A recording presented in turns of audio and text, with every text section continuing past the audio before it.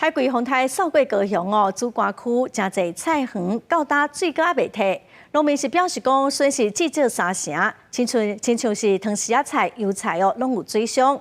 农民嘛真怨叹讲，小连续拄着风台甲大水雨，损失是真大。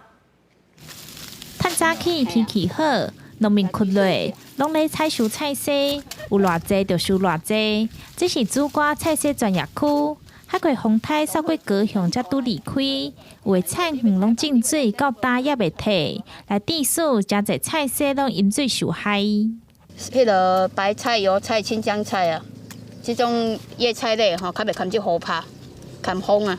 你像叶菜类，你有看拢黏黏，伊拄着水就黏去啊。还是讲用菜较会堪这水啊，啊无嘛是共款爱受损啊。高雄市主管区是种菜苋为主，主要是提供予国军甲学校营养午餐。最近天气是无稳定，小连续是拄着2个风台，来影响到菜苋收成。农民是表示，大约是损失3成左右。后摆福建可能要等到9月底才有菜通收。因为风台还未来进前，咱遮规个菜的生长是拢真正常。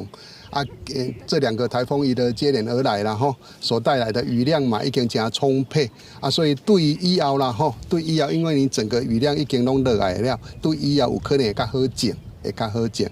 但是当然啦吼，因为种当地采收的蔬菜一定是有影响、有受损。因为产量减少，农会赶紧对其他产地来调货。主管区农会是表示，今年热天是真热，所以菜苋是无好种。